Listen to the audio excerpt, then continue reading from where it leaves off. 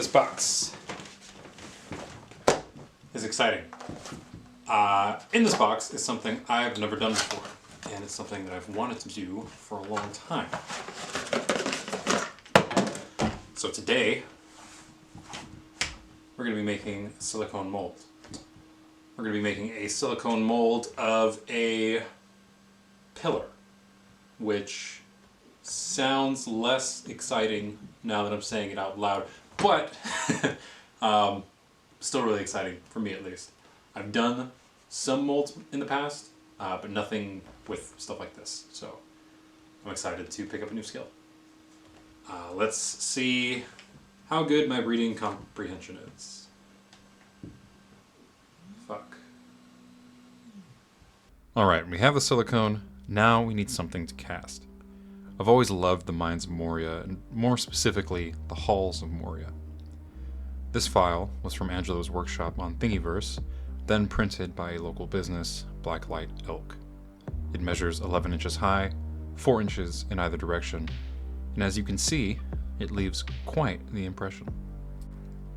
Something about the empty expanse we see in the films, the drums in the deep, really stuck with me as a kid. This portion of the films and the chaos of Pelennor Fields were the highlights of the series growing up. I would say the defining characteristic of this location has to be its pillars. So, let's start there.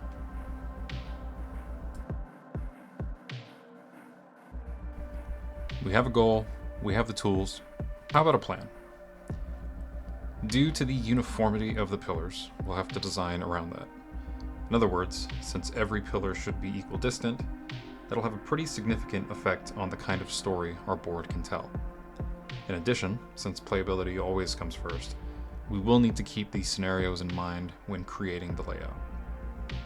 Here is the board sectioned off by feet, the usual lengths for deployment zones. And this is how I plan on mapping out the pillars. 6 inches from each side, 12 inches from one another. This will build out the grid. For something like Destroy the Supplies, the objectives are 12 inches in, so there shouldn't be an issue as the pillars will only make it up to the 10-inch mark. It also shouldn't matter for something like Storm the Camp when that returns, though it would be interesting to see how that plays out since the camp would be split into 2 separate entrances. Now, the problem scenarios. Basically, anything with a central objective. Currently, that's hold ground and domination, but it will include things like seize the prize in the future. So while I give that some thought, let's get back to the molds. Almost ready to do the molds. I have these on a flat surface. I have the casings good to go, but as you'll notice, I have holes in 2 of these, so I'm going to have to fill those. I could put some sort of cap over the top, but that'll affect the mold, the way it looks, the way it fits. So instead, I'm going to use insulation foam and just fill these. See what happens. Maybe it works, maybe it doesn't. Let's find out.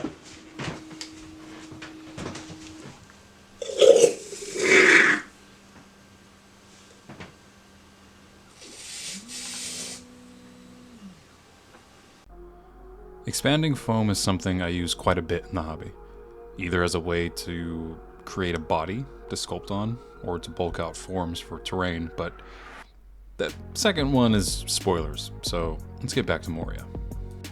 After some hot glue action, the molds were ready to be made.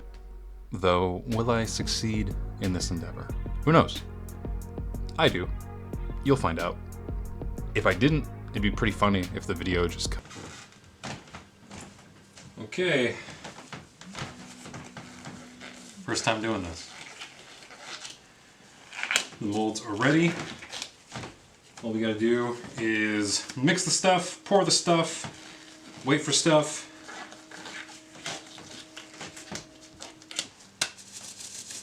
Wish me luck.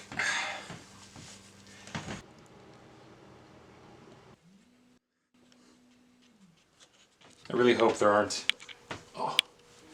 Really hope there aren't any holes in this mold, because I don't want to deal with that. But it's only one way to find out. So let's find out.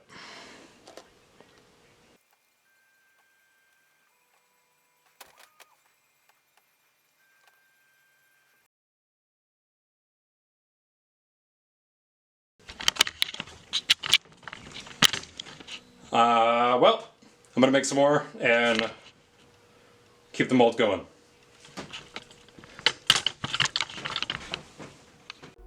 Another project I have on the back burner right now is making my own I Spy.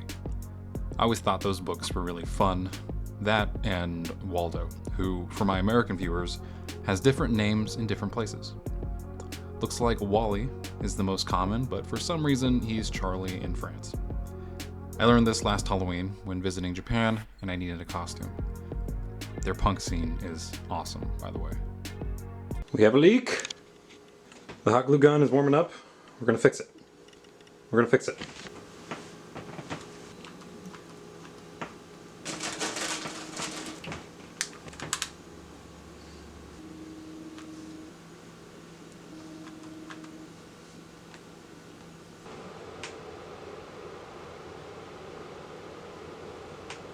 Trying to see if I can see any of the bubbles moving, like liquids being pushed. I don't see anything though. So I might be okay. I'm gonna fill the second molds, and I'm gonna hope that we're okay.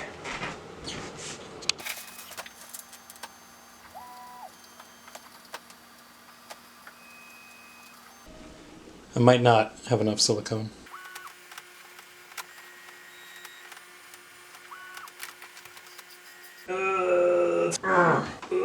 Yeah. Please stop leaking.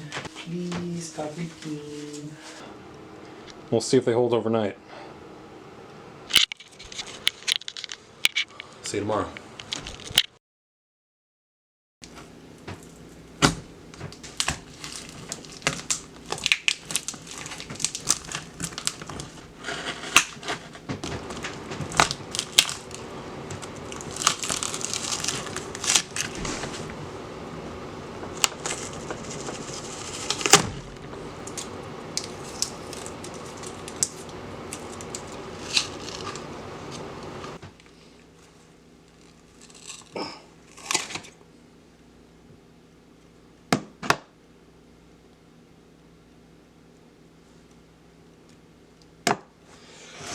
Oh, it worked! Oh, it worked. Holy shit, I was so scared. That wasn't gonna work. Oh, man. Alright. Let's get the other one out. Yes! For the next few seconds, close your eyes and imagine the serenity of a construction site. The contrasts of the yellow and black hazard stripes, the matching reflective vests. Everyone's kind of pissed off and swearing, but they're wearing the same hat, so you know they're a team. Also, there's a fucking jackhammer.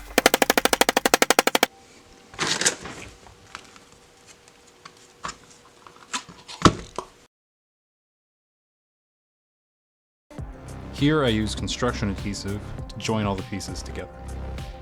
You may have noticed I never added the top to the pillars. I made the decision to cut it while pouring silicone for the other molds. Half because I was running out of silicone, and half because I felt like it would make the pillars too tall. The current size of about 8 inches was good enough for the effect I was going for.